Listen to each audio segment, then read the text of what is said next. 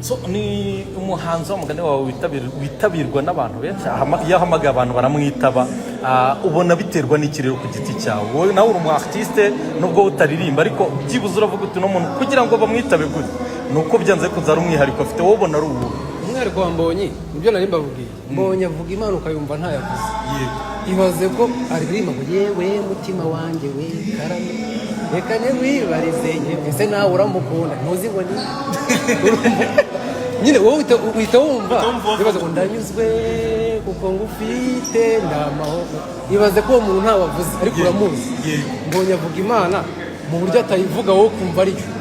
okay arandika mu buryo okay Mbonyi n'umukiriya afite abakiriya mu ngeri zose wowe uhita wumva ko n'indirimbo ze zifite ukuntu akubundi Mbonyi yandikira he hari ukuntu utumbaje ikibazo nanjye nkibaza ikindi urumva zere Mbonyi ni umwanditsi mwiza cyane urumva buryo akubwira ningerayo nzababwira yamiri nzaririmba rwa rukundo yanyeretse ninde ntawavuze aho ukahita uvuga ati pe niwe ugahita wumva umuntu avuze urumva Mbonyi azi kwandika ikindi Mbonyi arasenga sinzi ubuzima bwe ariko ibintu ntabwo wabigira udasenga Mbonyi afite umugisha w'Imana afite feva y'Imana kuri we wumve ngo sinjya mva kujya mu bitaramo bitari urwenya ariko iki cyo ntabwo cyagutse kubera ko mama nyako nigeze kumubwira ngo agira umupfumu w'umurokore kuko ibi bintu